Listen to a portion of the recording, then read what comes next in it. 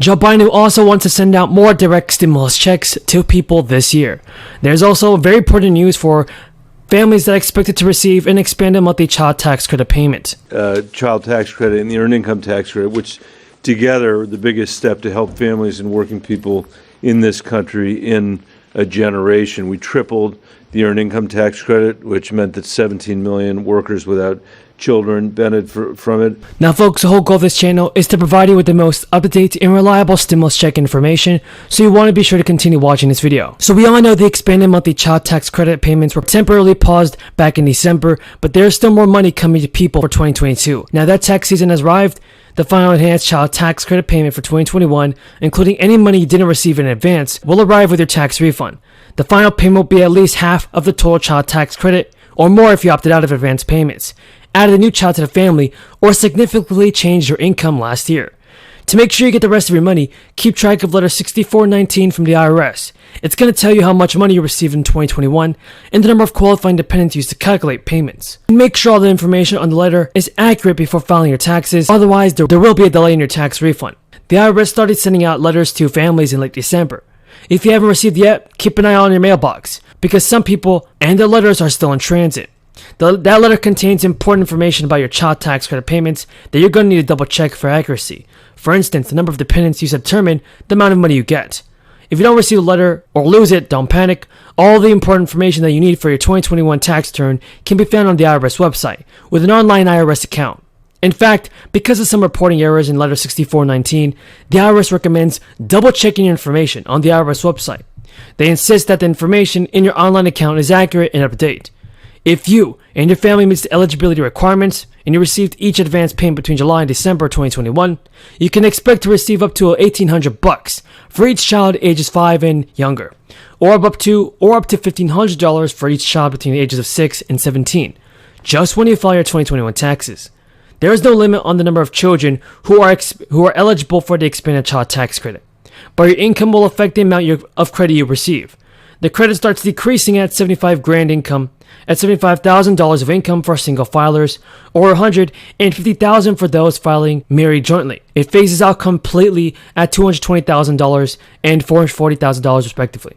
If you opted out of partial payments before the first check went out, you'll get your eligible amount with your tax refund, up to $3,600 per child under 6 and $3,000 per child ages 6 to 17. Any payments you missed due to IRS errors or because you unenrolled should be included with your tax refund. And if you're missing money from one of the previous checks due to an IRS error or outdated information, well, either wait for the issue to be resolved when you file your taxes, or you can file a payment trace with the IRS. Note that if you gained a dependent since then, the IRS wouldn't have that information on file. If that's your case, you won't get any money until you file taxes. If you had a baby by the end of December or adopted one, you'll be eligible for up to $3,600 for that child when you file your taxes, everybody. That includes back pay for the July through December advance payments and the chunk coming with your refund. You should get that money when you claim your child on your tax credit, folks. So everybody, that's the breaking news about the fourth stimulus check that I want you to know. If you have any more questions about the fourth stimulus payment, leave them in the comments, and I'll do my very best in answering them.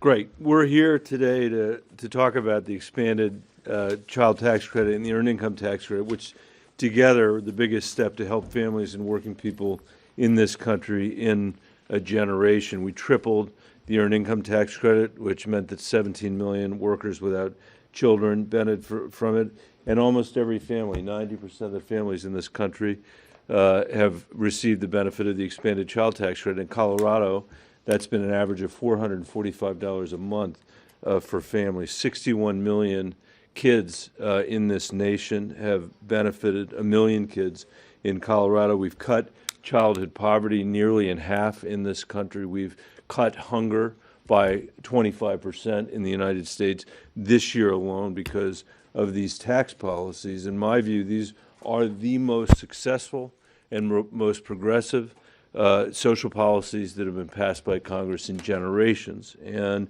we've seen a substantial, as I said, substantial reduction in child poverty as a result.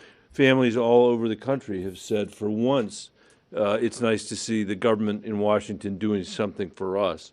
And as American families are facing higher and higher costs, facing inflation, the last thing we should be doing is cutting this child tax credit. In my view, the last thing we should be doing is doubling childhood poverty, increasing hunger in the United States by 25%. I've been around this place for long enough to see what happens when wealthy people's tax cuts expire, and they're extended as a matter of course. I've seen what happens in this place when some of the largest corporations in America have their tax cuts expire. We do everything we can to make sure that those tax cuts are extended by the end of the year, and we have not done that. And as a result of that, we're doubling the childhood poverty rate in this country, and as I said, we're increasing hunger. So I think we are here today to say that we want, as a centerpiece of any package that we pass together, any reconciliation package, that the expanded child tax credit and the expanded earned income tax credit should be part of that, must be part of that. Every single person up here thinks we should make these changes to our tax code permanent. And with that, I'll turn it over to my partner in all of this in the Senate, Sherrod Brown. Thanks, Mike. Thanks. Senator Ernst, Senator Warren, please. Thank you, Mr. Chairman. And General Kurilla, welcome to you and your family, and congratulations on your nomination.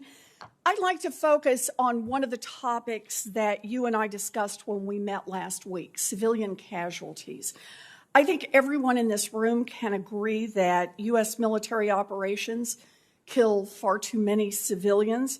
In the past 2 decades, the United States has killed tens of thousands of innocent people, including hundreds of women and children across a half dozen countries in the Middle East and Africa. Now, we'll likely never know the true numbers, given the difficulty of accurate reporting and the Pentagon's failure to fully investigate reports of civilian harm. This has been the unfortunate reality of U.S. military operations, despite congressional oversight, despite dozens of watchdog groups raising the alarm, and despite documenting the harm, and despite DOD's own efforts and attempts at reform designed to improve how it protects civilians. So, General, you've been nominated to lead the United States military operations in an AOR that has seen the lion's share of these casualties. Civilian casualties, obviously, they destroy the lives of those affected, and that alone is reason enough for reforms.